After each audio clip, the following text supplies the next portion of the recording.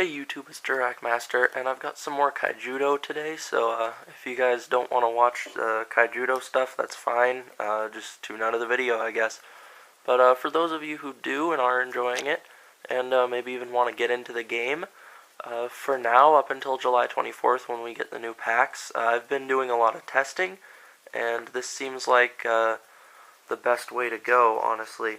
My first impressions of the game were that Fire Nature would do well, and all that kind of stuff, and I thought Fire Nature would be the best, but for now, with all the support, I've kind of looked at it, and I don't think that it's going to be the best. The deck I have right now is now a Nature Dark deck, so, Nature Darkness, rather, and I think it's doing a lot better. I've been testing it with a friend. I've been playing Kaijudo with him, and this deck does really well.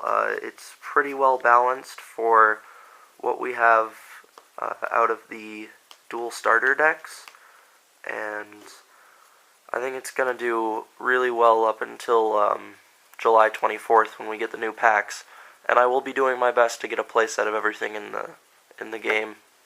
So I should have just about everything reviewed and up there for you guys that are actually interested.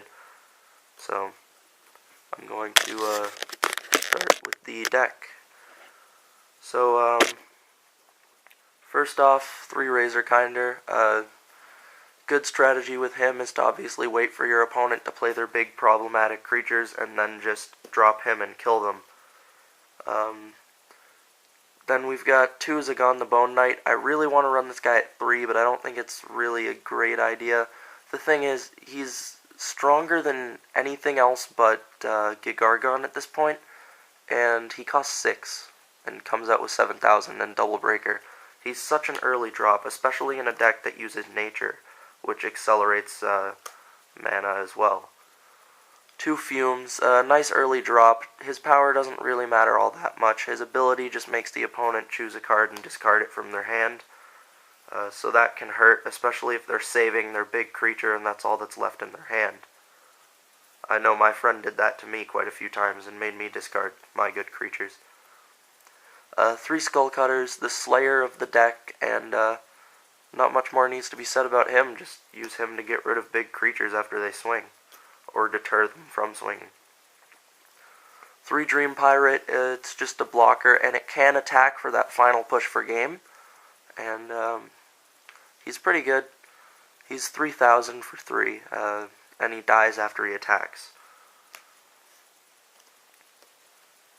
3 Skeeter Swarmer, because Darkness only has 2 different blockers right now.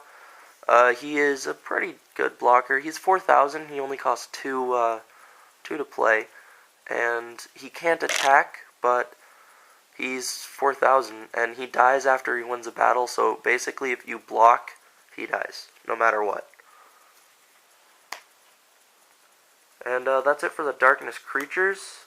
But now onto the Darkness spells.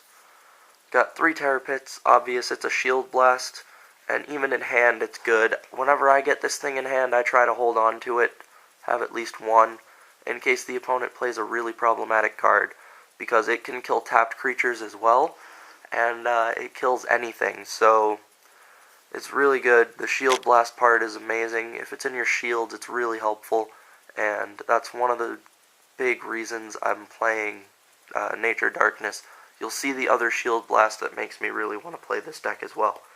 So, for those of you that didn't figure it out already, this is my main deck for Kaijudo at the moment. I've got 3 Bone Blades in here. You know, they're basic banish level 4 or less creature. So it's just a smaller version of Terror Pit. And that wraps up the Darkness cards. Total of 22 Darkness and 18 Nature. That's the split on those. I like to keep it kind of close to 50-50 in these kinds of decks. So, next up, we got 3 Roaming Bloodmane, and he is amazing. He does that whole can't be blocked by anything weaker than him, and at this point, I don't think we're going to be seeing any blockers yet that can block him. So, pretty good. And he's not the easiest to kill afterwards either, so you've got to have something good. And he double breaks, which is nice. One Rumbling Pterosaur. This is what I played instead of the third Zagon like I wanted to, mainly because I didn't want to have a 23-17 split in favor of Darkness, because I find a lot of times I need that extra nature mana early on, so that I can afford to play some of my early mana increasing stuff like Sprout and Bronze Arm Tribe. So this guy is a decent drop later on. He's got 5,000 power. He costs 5. This deck thrives on early game accelerating the mana and then late game dropping big creatures and big spells to win the game. And it does a really good job at it. So he is very nice to have. He's one of those big creatures that you can drop later on. And at the same time, he's not the giant card that we have. That thing's just not worth it, in my opinion. He's 7,000, level 7, and he double breaks. That's all he does. I'd really rather just play Zagon or this thing. So it had to be this thing because of the fact that I needed another nature card. Then we got 3 Bronze Arm Tribes, obvious mana accelerator, and you get a creature out of it. Granted, he's weak, but, you know, you get a creature out of it.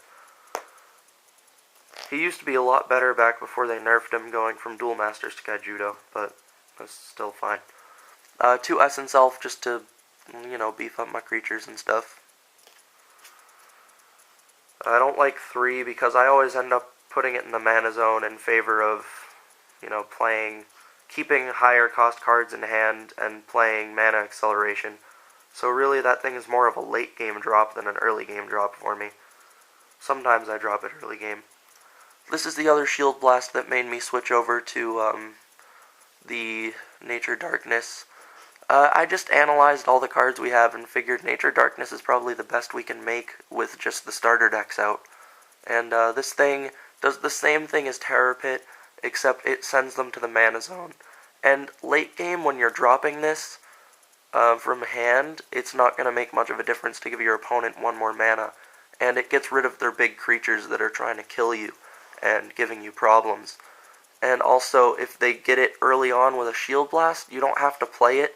If you think it's a good idea to give them the mana, and at that point, get rid of that creature that they're using early game, go ahead. But I'd say if it's like a, you know, like a level 1 creature, you're probably not going to have trouble killing it. So it might not be the best idea to give them mana early on. But it is really good late game, and a lot of people start swinging heavy late game, so such as this deck, which this deck could easily counter itself in a mirror match, so it would be a really interesting mirror match to see. Got 3 Return to the Soil. It's like Bone Blades, except it also sends to mana. 4 or less creature back to the mana zone. And,